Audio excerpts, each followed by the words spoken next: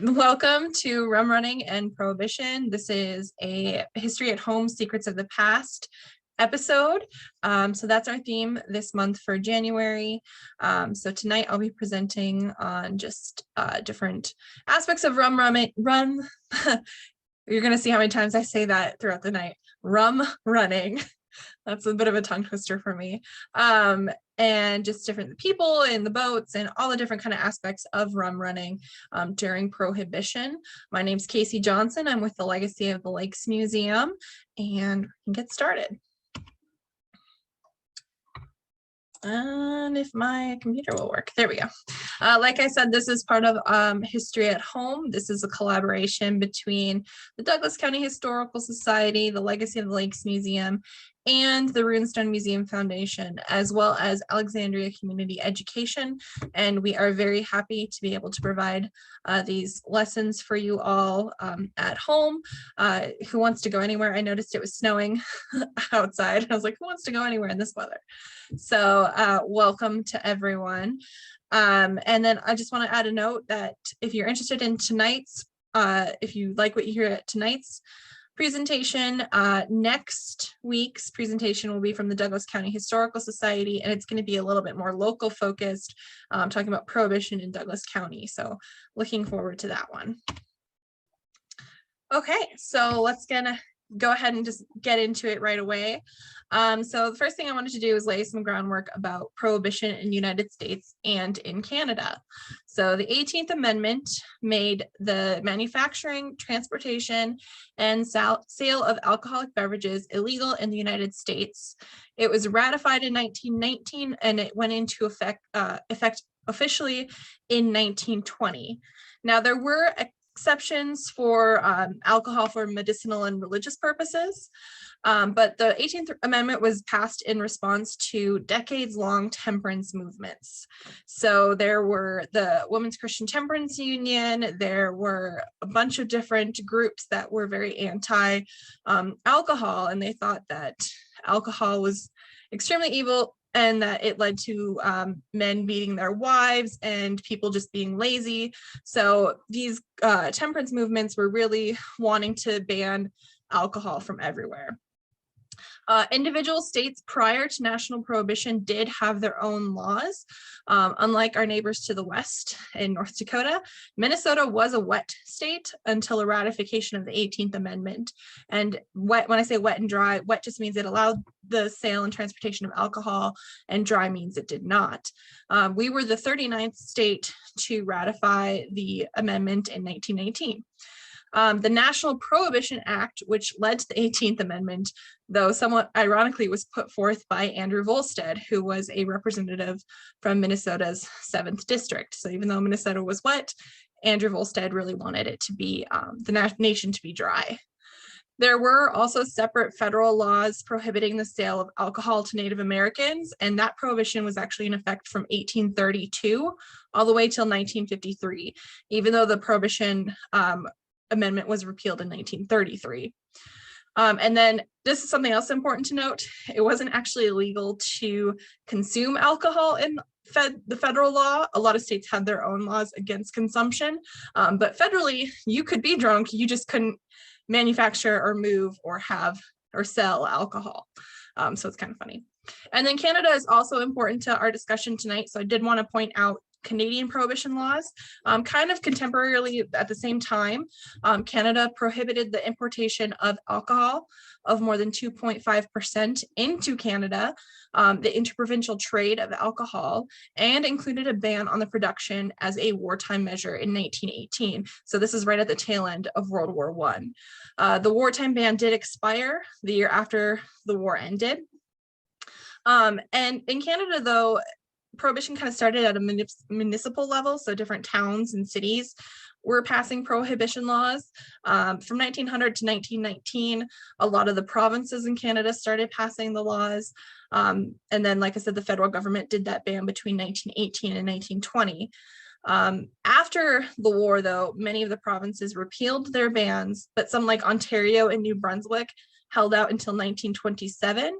The longest lasting, though, of the provinces was Prince Edward Island, and that had prohibition in place until 1948. So it was quite a long time for Prince Edward Island. And then some provinces like Ontario, to the north of us, even though selling liquor was illegal in bars and selling it for home use was illegal, they were able to legally manufacture it and export it. So it was still present in Ontario. It just you couldn't sell it to Canadians. And then even though Prince Edward Island was the last holdout until 1948, portions of prohibition laws for First Nations peoples were in place until 1985. So you see a lot of prohibition laws lasting really late into the 20th century. Okay, so that's a little bit of background on prohibition and kind of the scene of where we start with the rum runners. So rum running refers to the transportation of liquor over bodies of water, and bootlegging refers to the transportation of liquor over land. Rum running gets its name from the ships that were transporting Caribbean rum to Florida speakeasies. You see the term used as early as 1916. So that's before the United States national prohibition, but Florida was dry at the time. So they were still getting their delivery of alcohol from the Caribbean. And then even though they're two different ways of transporting, rum running and bootlegging often worked in tandem, with trucks taking alcohol from the coastlines and moving it inward into the greater center part of the United States. So, and other phrases you see mentioned a lot are the rum line and rum row. So let me flip my notes here. So the rum line is an invisible line off the coast of the United States, about 3 miles from shore. The line represented the end of US jurisdiction and the start of international waters where rum running wasn't illegal. And legend has it that this 3 mile mark was, it was 3 miles because that's as far as a cannon could shoot out from shore towards out to sea. So 3 miles was kind of like the limit. A prohibition captain named MCCOY, who we'll talk about a little later, is credited with the idea of rum row. So that's bringing larger boats, sometimes called motherships, to the edge of the rum line and then anchoring them there. And then it wasn't unusual to see 80 to 100 of these ships anchored on rum row. And they typically were the ones that had picked up cargo in the Bahamas, usually Nassau, which is ironically a former pirate stronghold. And then they would bring it to the rum line. And then smaller boats would come from shore and pick up the alcohol from the rum line, the motherships, and then bring it back to shore. In April of 1924, the rum line was extended out to 12 miles to make it more difficult for those smaller boats to get out to reach the motherships.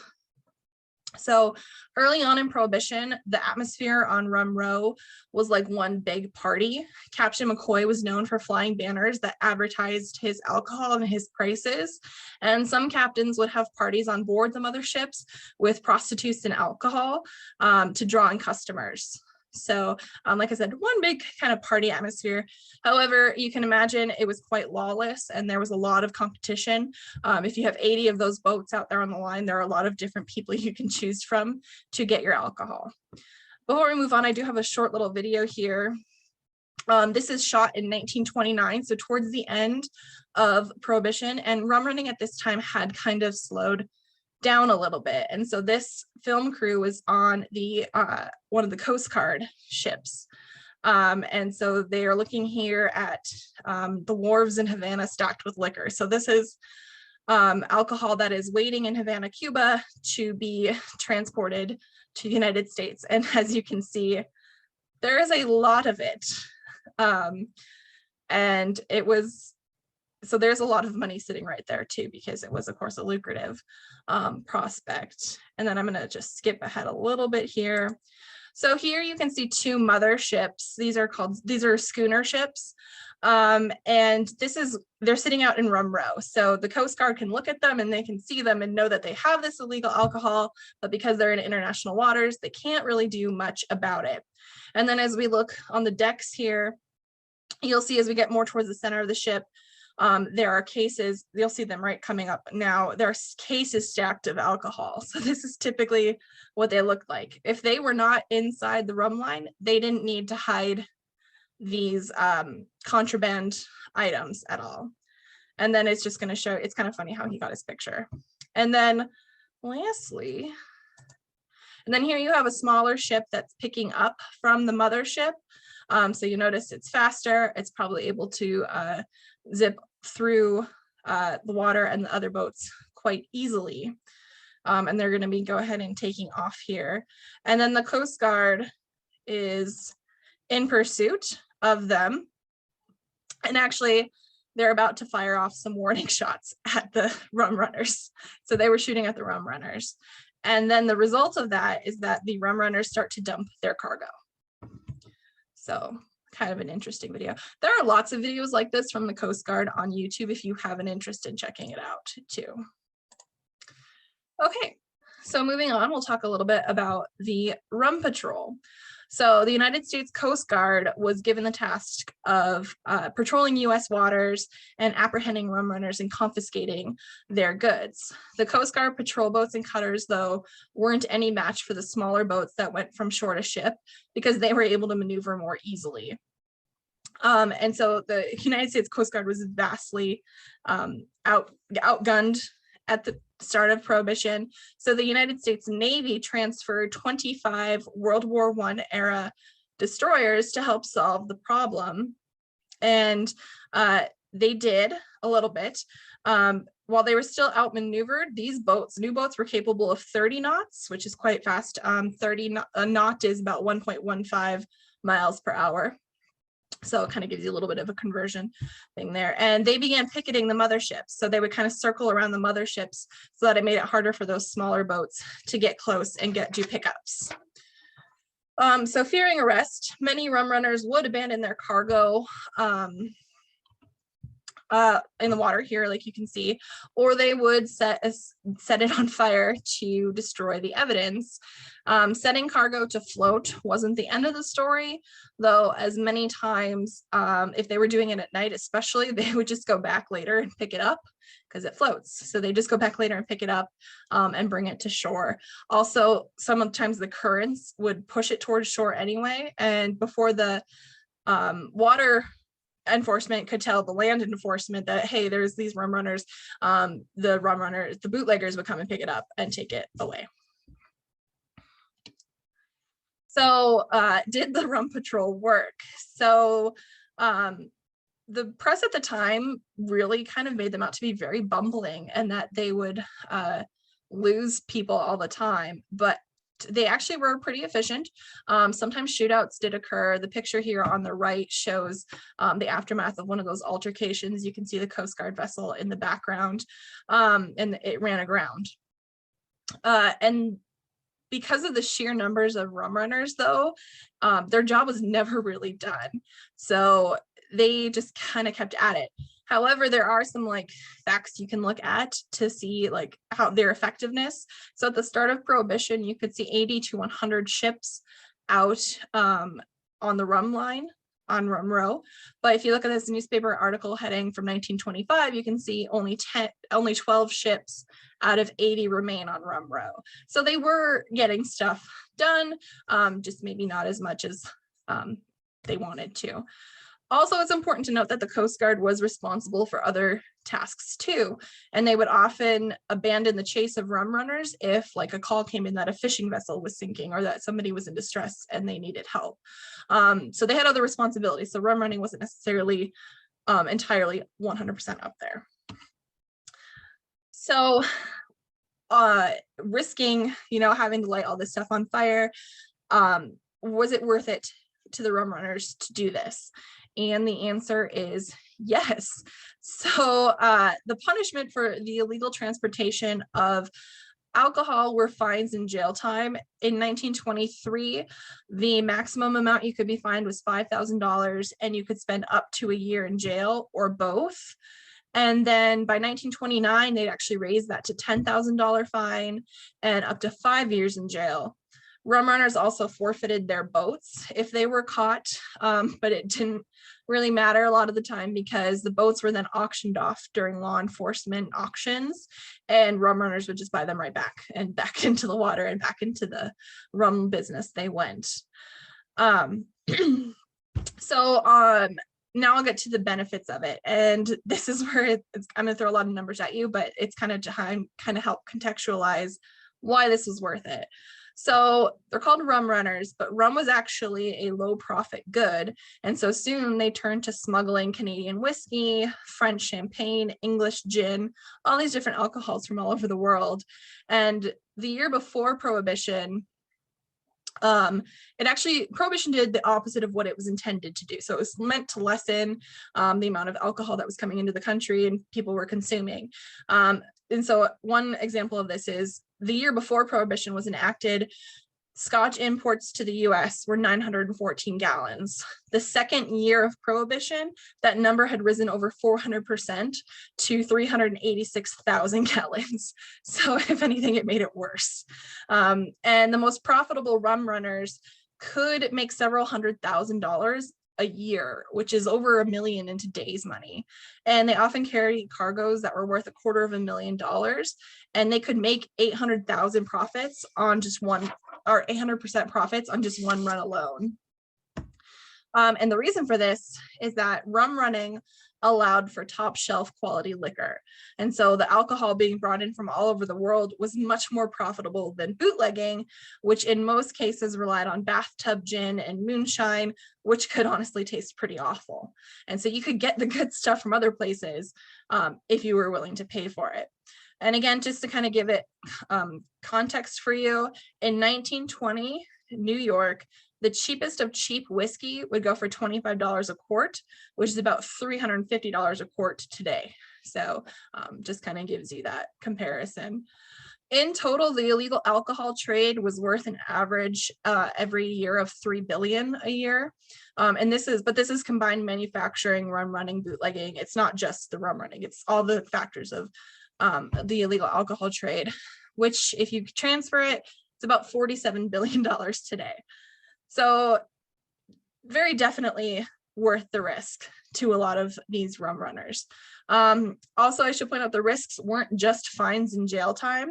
There were these individuals called go-through guys, and they're described as hoodlums that were armed with pistols and Tommy guns who would hijack ships, steal cargo and cash, and kill crews. So a lot of the times the reason rum runners had guns wasn't because of the Coast Guard, it was because of these go-through guys.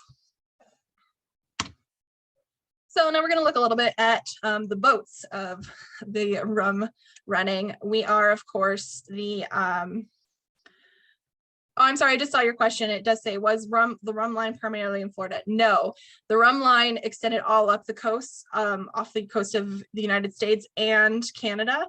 And even there was a Pacific rum line as well. So it was basically 3 miles off any US coast. So. Sorry about that. Anyway, we are a boat museum after all, so I'm going to talk about boats here for a minute. So the U.S. Coast Guard used patrol boats along with inland patrols and harbor cutters, which were kind of like early tugboats to patrol. And at the start of Prohibition, their fleet was just 55 vessels, and they had over 95,000 miles of coastline to patrol, and they were still in their infancy as an organization. They had just been formed 5 years earlier after combining a couple different organizations into one. And then of course the US entered the war, so they were still very much new to the game. Like I said before, the Navy did transfer those 25 destroyers to the Coast Guard, and they returned the Coast Guard's flagship to them. The US government also gave them $14 million to bolster their fleets and manpower. This is about $200 million in today's money. The patrol boats, like the one pictured here, this is a 75-foot patrol boat, pretty typical for the time. They're only able to go about 12 knots per hour. And like I said before, the destroyers could go 30 miles an hour. And then it's something funny that I'd like to note is that the Coast Guard and the rum runners were using the same shipbuilders. So it's kind of funny that the shipbuilders are just like, yeah, we're getting all the money from both of you. So let's see. we go.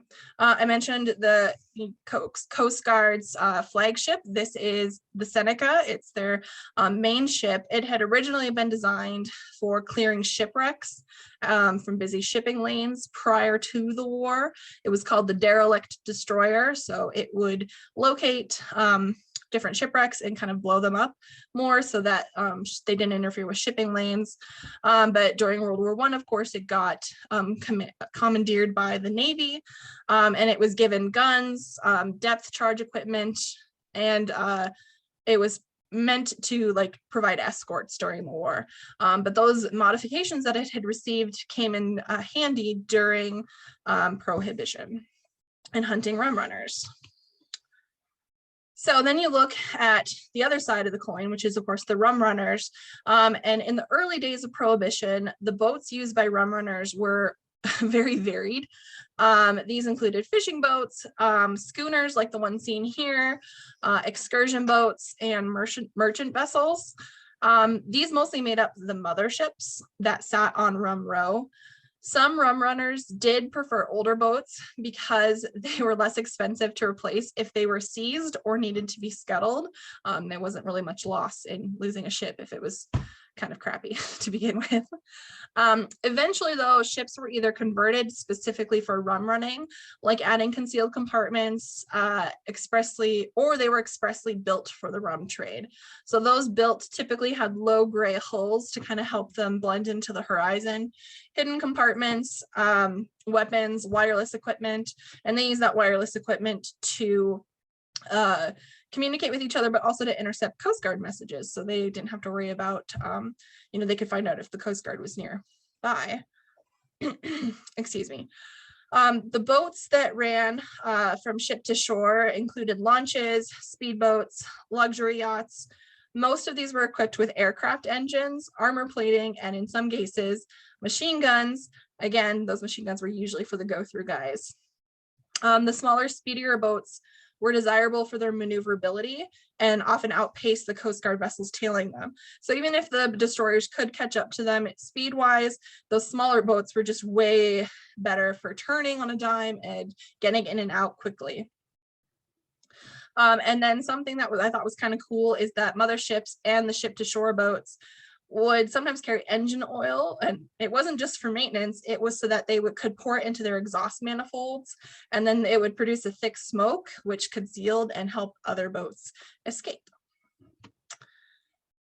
So here's just an example of another rum runner. This is the Nellie J. Banks, a cod fishing schooner, and it was one of the last rum runners seized during Prohibition. And you might be like, well, didn't you say Prohibition ended in 1933 and this boat was caught in 1938? Prince Edward Island was still under Prohibition, and so there was still a pretty good rum trade heading up to Canada, Prince Edward Island at that time. So that's why this one was one of the last boats ever caught. And then this picture on the right actually shows kind of what the modifications could have looked like inside of a boat to hide liquor. And it's basically comes down to a false keel. So you have that space in between the real keel and the false keel. And from the outside, especially if a boat's in the water, it's hard to tell like the depth of the boat in the water. And so, it served its purpose. So it's no surprise that such a profitable business inspired innovations, and rum running's impact can be felt on the world of boat design still today. So the United States government had a surplus of World War I engines, aircraft engines left over from the war, and they sold them for dirt cheap. They were about $100 a pop. Many of the rum runners then were they were more than happy to buy them for that cheap. And so they were outfitted with 400 horsepower Liberty V12 aircraft engines. So there's a lot of power in these boats. And even though they were using the same builders as the Coast Guard, the rum runners often got the better end of the deals because they paid better in money and in alcohol. So it was really working for them. So one of the things we can see from this time period is the cigarette speedboat design that was developed for rum runners, and that's what this picture here shows. And it is still used in boat design today in some boats. And I mentioned those Liberty aircraft engines that were 400 horsepower. Often these boats had 2 or 3 of those. So there is some immense power behind these boats, and it was probably pretty thrilling to get on the water in one of them, honestly. So who were the rum runners? More people than you think. Anyone could be a rum runner, men and women, school teachers, city councilmen, even members of law enforcement, police officers. When there was that much money to be made, people wanted in on it. Like, it was just something they wanted to do.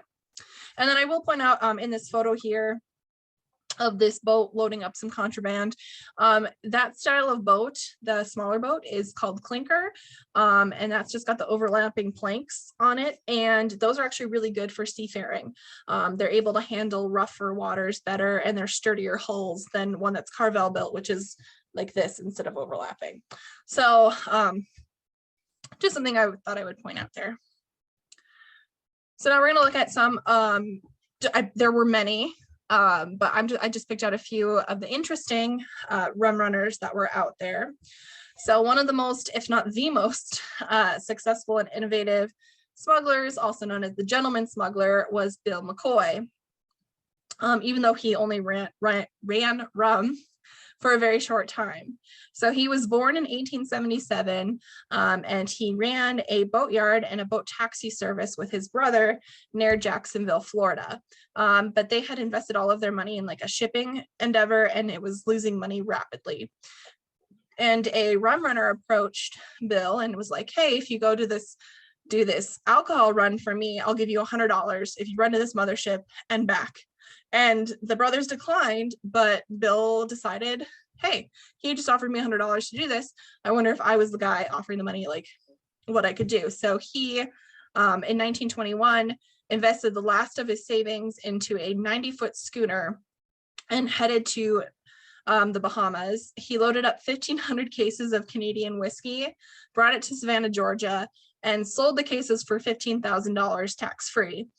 So with that kind of profit, he was very much hooked. He hired a second skipper for his first ship and bought a second ship, which he renamed the Tomoka. And it was a 130-foot schooner. And he set it up as like a floating liquor store. So I mentioned those parties. It was mostly Bill McCoy. He had the boat retrofitted. He retrofitted fish pens in the boat to accommodate the booze. And then he mounted a concealed machine gun on the deck. And the machine gun was to protect his customers from the go-through guys, from the bad guys. So his customers, only ever 1 or 2 at a time, never more than that. He wanted them to have an exclusive experience. They were boated out to the Tomoka on the rum line in international waters, and then they would enjoy a private party, purchase their goods, and then be zipped back to shore. So McCoy is credited with coming up with the idea of Rum Row. That was his innovation, and the mothership sitting right outside of the US jurisdiction. He did run into some trouble in 1921. His ship was seized off the coast of New Jersey. Because though it had happened in international waters, he was really surprised by it because the US shouldn't have jurisdiction there, but because they found a old law from 1790 that stated that vessels engaged in fraudulent pursuits could be boarded within 1 hour of shore. And this caused some like fuzziness because different boats can travel different distances in an hour, but it was generally about 12 miles offshore. So to avoid this problem in the future, he came up with the idea to register his ships under British and French flags so that it was less likely that they would be boarded in international waters. And he also moved his home port from Nassau to St. Pierre off the coast of Newfoundland. St. Pierre was an island and it was a French colony, so it was outside of US jurisdiction. And he actually is responsible for a boom in St. Pierre because it became so popular and famous for rum runners. It's even said that Al Capone had a warehouse there. So the island, while they were taxing Bill McCoy, it wasn't anywhere near as expensive as it could have been, and they enjoyed a boom as well. So kind of fun. However, going back to that 1790 law, it was kind of the catalyst for pushing the rum line officially out to 12 miles, which was kind of a blow to the rum runners because, again, it made those smaller boats harder to get out to the motherships. But still, they persisted because, like we were talking about earlier, it's a very lucrative business. MCCOY also came up with a new way to pack alcohol for transport. So by stacking 6 bottles into a pyramid configuration, so 3, 2, 1, and then adding padding and wrapping them in burlap, you could pack the bundles more efficiently and carry more cargo. And these were called ham or burlocks, or the Coast Guard called them sacks. And you can see in the photograph here, those are hams stacked into the hold of one of his boats. So very efficient with the triangle shape. Some runners added salt inside the hams. So if they needed to toss their bundles overboard, if they were feared they were going to be boarded by the Coast Guard, the heavy salt would make them sink. And then over time, the salt would dissolve and their goods would float back to the top and somebody could come along later and just pick them up. So pretty innovative for rum runners. And then, like I mentioned, the St. Pierre. And then that's a picture of his flagship boat, the Tomoka. So during Prohibition, it wasn't uncommon for captains to water down their alcohol to stretch profits as far as they could, or to label cheap brands as luxury brands in order to make more money. MCCOY, when I called him the honest, the gentleman smuggler, he was famous because he never did this. And he built a reputation as being an honest rum runner, so much so that his products began being stamped with the phrase, the real MCCOY. And this is kind of one of the fun folk origins for the phrase, the real MCCOY. Even though the phrase had been appearing since like 1882, it's still kind of fun to do that, to think about him being, and he actually did stamp his stuff, the real MCCOY. So he was definitely proud of that reputation he had. His rum running career, like I mentioned earlier, was relatively short.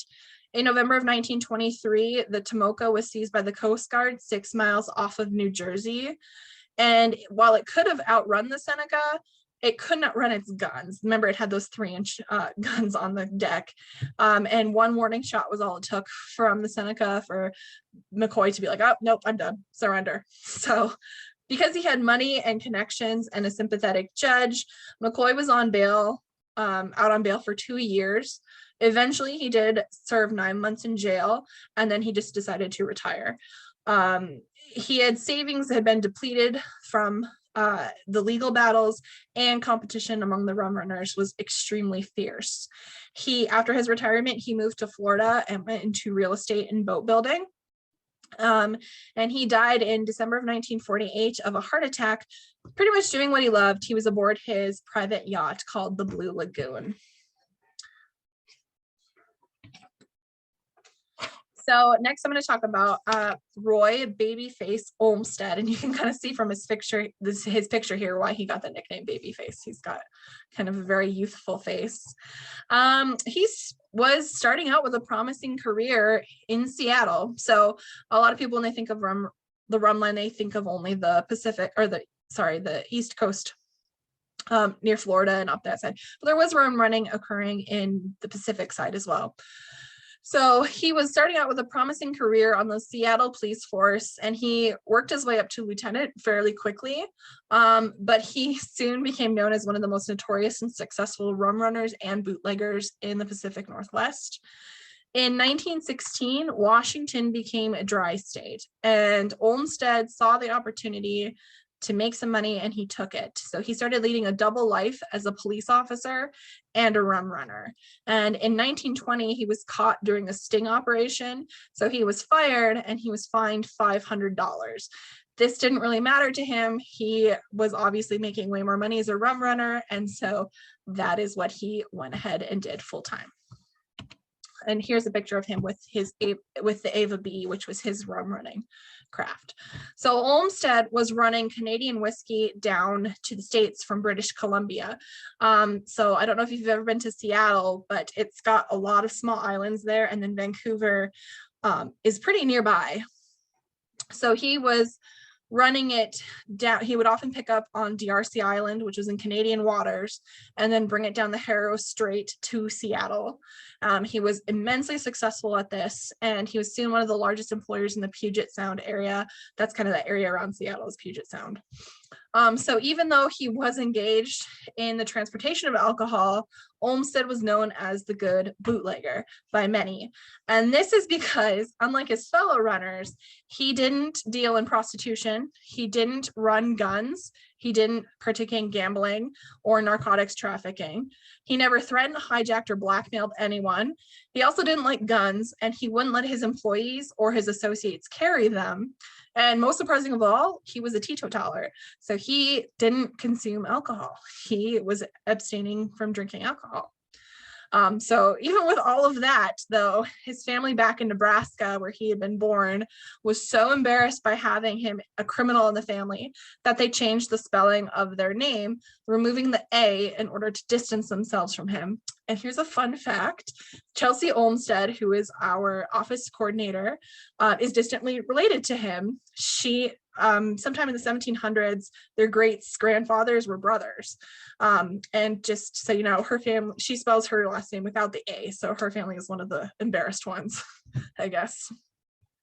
And then he and his second wife, he was married twice, they decided to also, while they were running this rum, operate a radio station out of their mansion in Seattle. And so it was really successful, but it was really kind of his wife's baby pet project. And so she kind of funded it and ran it. There we go. So obviously things happen. So in 1924, the police conducted a raid on the Olmsted mansion right in the middle of one of the broadcasts of one of their popular shows. It was called Aunt Vivian. Because he and his wife Elsie were teetotalers, there was no alcohol in the premises usually, but agents had called a few of Olmsted's associates via telephone and tricked them into bringing alcohol to the Olmsted's house. And so that was used as an excuse to bust the organization. Sorry, somebody just commented and said, wow, the spelling thing sure didn't work out for Chelsea. That's funny. Anyway, so they use it as an excuse to bust the organization. And while the Olmsteds were making bail, their bookkeeper made off to Canada with all of their money. So not great times for them. Olmsted was charged with conspiracy to violate the National Prohibition Act, largely through evidence gathered from wiretapping his phone. He was found guilty in 1926 and sentenced to 4 years hard labor and $8,000 in fines. He appealed this conviction, and it actually is a landmark case. It's called Olmsted v. United States. And his claim was that the evidence gained via wiretapping violated his constitutional right to privacy and against self-incrimination because it had been done so without a warrant. In 1928, though, the Supreme Court decided that his rights hadn't been violated and upheld his conviction, and it is still a case that's cited today. So while Olmsted was incarcerated, he did contemplate re-entering the booze business, but decided against it, and then he did like a complete 180. He became a practitioner of Christian Science and gained skills as a carpenter. He began counseling other prisoners who were in for racketeering and booze charges. And he also started an anti-alcohol prison program. He was released from the labor camp in 1931, and he moved into an apartment with his wife Elsie and their daughter. And he began a job as a fumigator and an insecticide salesman. And then he spent his free time visiting prisons to offer counsel, and he taught Sunday school. So very varied, interesting life for Mr. Olmsted. In 1935, he was granted a full pardon by FDR, and part of that pardon was that he didn't have to pay that $8,000 in fines that he owed. So that was good news for him. He died in 1966. Let's see. So I mentioned that men and women were also involved in rum running, and so I couldn't not talk about some of the women who were rum runners. So these pictures here are of Gertrude Cleo Lithgow. She was working as a stenographer for a British Scotch whiskey company called Haig and McTavish in New York before the start of Prohibition. Once Prohibition started, they moved out of New York, and she was spotted because of her talents and sent to the Bahamas to kind of help run operations there. She set up a wholesale liquor business at the Lucerne Hotel in Nassau, which had a reputation for seedy characters, but she was ready and able to take care of them. Her nickname Cleo was because of her beauty, with many saying she looked like Queen Cleopatra. However, she pretty much ruled solo, although she had many suitors. Former rum runner or fellow rum runner Bill McCoy was actually in love with her, and he described her as, she was a tall, slender girl with black hair, a brain as steady as her own dark eyes, and a history that was nobody's business. So she would tell different people that her mother was a Swedish princess or that she was born on the streets. She gave different backstories anytime anybody ever asked her. Bill McCoy served as her mentor, and she had the same values as him because of this. So she also would never water down her product. And she was also very ruthless. One fellow rum runner started a rumor that she was dealing in counterfeit booze, and she tracked him down to a local barbershop, pulled a gun on him, and told him to leave Nassau or she'd shoot him. And he left. Probably a smart decision on his part. While she did mostly work as a middleman, she did occasionally make runs up and down the rum line with her products. That bottom photo there is of her with Bill McCoy aboard the Tomoka. In 1924, she was arrested, but the charges were dropped because she could provide an alibi for the time of the supposed incident. But that was also the year that the rum line was pushed out. And so she decided to just quit while she was ahead and had lots of money. She moved to Miami and then into Detroit and spending her days writing her memoirs. And she died in 1974.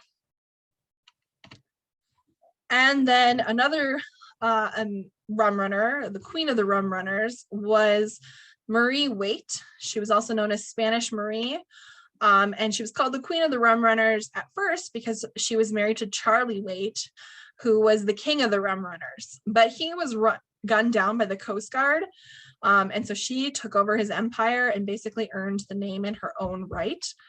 She was of Swedish and Mexican descent. She stood 6 foot tall, had blue eyes, olive skin, and black hair. Following her husband's death, she gained a reputation as a ruthless seductress.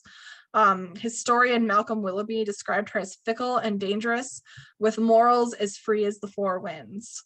It was rumored that she had murdered her lovers by giving them a new set of concrete boots. However, it's sometimes hard to dispel what's myth, what's true, what's rumor with these figures. Was this just said to exaggerate her ruthlessness? We'll never know, but she might have, murdered a few police officers like that too. She ran her operations out of Havana, smuggling Cuban rum. She employed a fleet of motorboats and schooners, and her tactic was having 4 boats go out in a convoy. 3 of them would be laden down with booze, and then the 4th one was the mussel. And so it would often distract the Coast Guard or allow itself to be boarded so that the other 3 boats could get away. So the Coast Guard didn't know which one of them had the alcohol, so it would allow itself to be caught, and then the other ones with the alcohol would get away. When the Coast Guard invested in faster ships, she set up a pirate transmitting station in Key West. They transmitted fake intelligence to the Coast Guard and gave instructions to offshore boats in covert Spanish. In March of 1928, the Coast Guard specifically set up a trap for her in Coconut Grove in Miami. And when they caught her, she played the part of the distressed mother. She's like, I left my children at home. I need to get home to them. They can't be alone. I need to be with my children. They released her and told her she needed to appear for a trial next day. She didn't show up. Her lawyer claimed that she was suffering from mental distress, and they rescheduled her court date, and she didn't show up. So she skipped town with her children, her boats, and an estimated $1 million personal fortune, which is about 14 million today. The later life of Marie Waite is kind of fuzzy. Some claim that she was never seen again. Others claim that she was married 5 times and opened up a car repair and body shop in South Florida, the first female mechanic in South Florida. Whatever the story, though, her reputation definitely lives on. Her name is on a bunch of different kind of alcohol labels called Spanish Marie. So definitely notorious. Now we're going to talk a little bit about some more local rum running. So Minnesota had its fair share of illegal alcohol and gang activity during Prohibition, which you can learn about next week during the Douglas County Historical Society's presentation. The Twin Cities had a unique view on gangsters. As long as they didn't cause trouble, the cities would look the other way. They're like, you can be here, just don't do anything. So a lot of big time gangsters like Capone and Dillinger often came to Minnesota to vacation. And all of Minnesota and its lakes were pretty much their vacation area. So there are some interesting stories from around the state of gangsters and gangster activity. But we're going to focus up on Lake Superior and rum running on Lake Superior. So Lake Superior and all of the Great Lakes are pretty uniquely situated because they are, border Canada, and the border between the US and Canada is very big and relatively unguarded. We've always had a pretty good relationship with our neighbors to the north, never really needed a huge reason to have much enforcement there. Lake Superior is the largest lake by surface area in the world. And so while we did have Coast Guard units on Lake Superior, because of it was so large, it was really hard for them to patrol the entirety of the lake. And a lot of the resources for the Coast Guard were focused on the coasts, not so much on Lake Superior and the other Great Lakes. So it was very easy for the rum runners to slip from Canada to the United States and back undetected. And it really took off, rum running did, when Michigan enacted Prohibition in 1918. Like I said, Minnesota would hold out for national prohibition. It remained wet until then. And so the Duluth News Tribune reported in 1920, and this is a quote from a federal agent: "Smuggling whiskey from Canada into northern Minnesota, its illegal manufacture in the northern wilderness, and its sale in the cities on the range and in Duluth cannot be effectively curtailed at present time." So they were struggling to, manage this. So Minnesota and the other states bordering Canada were able to get the real thing. So alcohol that wasn't bathtub gin or moonshine. Provinces like Ontario, talked about earlier, allowed for the production and transportation of alcohol to export. This included Canadian whiskey. There were also other provinces that had different laws that had or didn't have any laws, and so they could import fine alcohol from France and Britain. So a lot of high quality liquor was in Canada, and that's kind of what this cartoon here is making fun of. They're like, your stuff tastes like shellac in the States, we've got the real thing up here. So the areas surrounding Lake Superior at the time did not have many large cities, but they had fishing enclaves and trading and shipping communities, which are really good for covert operations. But they also had very wealthy vacationers and resorts. So the Upper Peninsula residents of Michigan enjoyed moonshine, but the rest of the rich vacationers on Lake Superior had more refined taste. And that meant that the alcohol needed to be top shelf quality. So that's why it was worth the risk for them to bring it down from Canada. It was also easier to make bigger profit margins on smaller runs and less chance of getting caught from the Coast Guard. So the risks were less, rewards were greater. They were going to go for it. So Port Arthur, which today is known as Thunder Bay, Ontario, and Fort William were known as the Lakehead, and together they were the rum running capital of Western Lake Superior. Booze was also taken down to Superior's South Shore, where bootleggers with trucks were raiding to take it to like major cities like Minneapolis, Chicago, Milwaukee, different places like that. So there is an interesting story, a couple interesting stories to come out of Lake Superior, but there was only ever one incident of the Coast Guard seizing a vessel successfully from Prohibition. Captain Trudell was stationed near Grand Marais, Minnesota, and he claimed to have been caught a band of rum runners on Isle Royale, and he returned from the seizure with 30 cases of liquor, and 3 men eventually were tried in Duluth for illegally transporting alcohol. But probably one of the most interesting cases of rum running occurred early on in Prohibition in 1920. The 63-foot tug Arbutus, which you can see in the photo there, was under the command of Captain George Stitt, and he left modern-day Thunder Bay and was headed towards Houghton, Michigan. And in the coal bunkers of the Arbutus were 22 cases of Scotch whiskey and 48 cases of rye. And according to historian Dr. Magnani, the crew decided to sample some of the goods, and they ended up going off course. And so they landed in Copper Harbor, Michigan, and the lighthouse keeper there was like, I think that might be rum runners. And so he reported them to Customs. So not to the Coast Guard, to Customs Border Patrol. The tug left Copper Harbor in the morning, but they had rough waters and also low coal supplies. And that's because their coal hold was filled with alcohol. So they didn't really plan this well at all. But it forced the crew to take shelter at Eagle Harbor. So Captain Stitt was like, oh no, the US agents are going to be boarding us soon. And he just like left. He was like, nope, I'm gone, bye. And so he abandoned the ship, and he ended up at a hotel, and he registered as George Phillips of Duluth, but he had originally written his own last name down instead of the alias. And so he crossed it out, but you could still read it. But he had disappeared by morning, probably headed back to Canada. So two crew members had remained with the Arbutus. Engineer John Dampier, under maritime law, claimed ownership of the boat. He said, oh, it had been abandoned, it's mine. US authorities arrived and arrested him because he was the owner of the boat. And he told them that he had dumped 21 cases of Scotch overboard. And he didn't tell them about the rye. They found it eventually, but he didn't tell them about the rye. In reality, he had thrown the alcohol overboard into a waiting motorboat who took it to shore and sold it for money. So they didn't really catch the alcohol. They just caught the rum runner. There was some confusion though about what to do with the boats after the arrests, because it was a Canadian registered tug.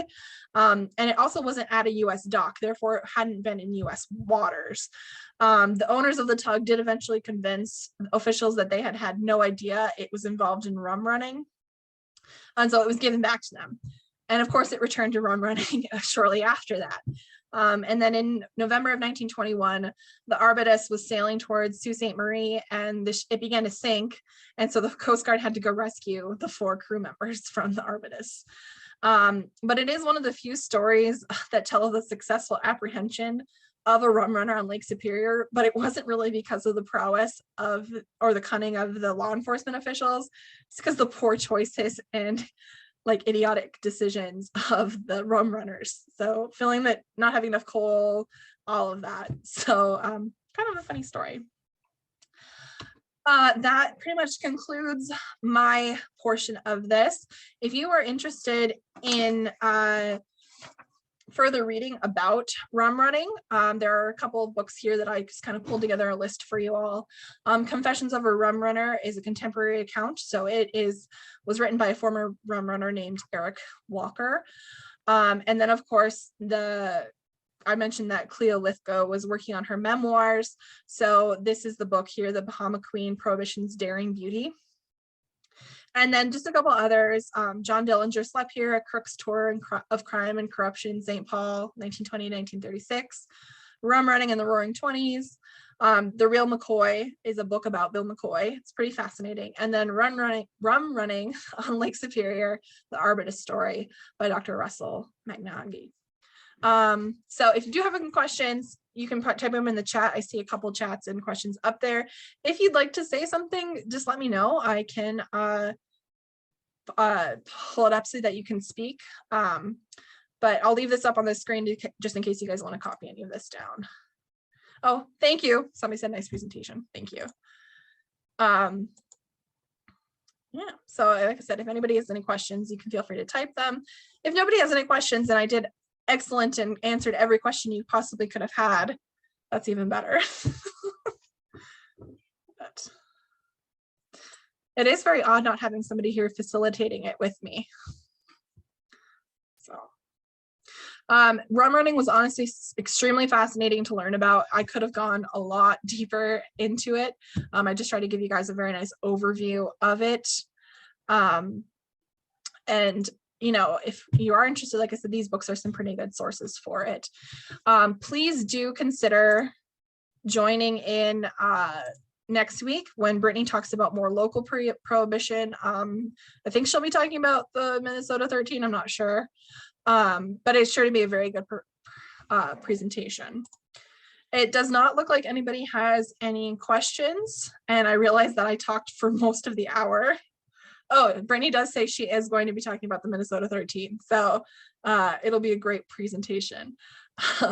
Thank you, Brittany. But all right, everyone, thank you very much for joining us. And again, I'm Casey from the Legacy of the Lakes Museum, and please support your local history institutions. Thank you.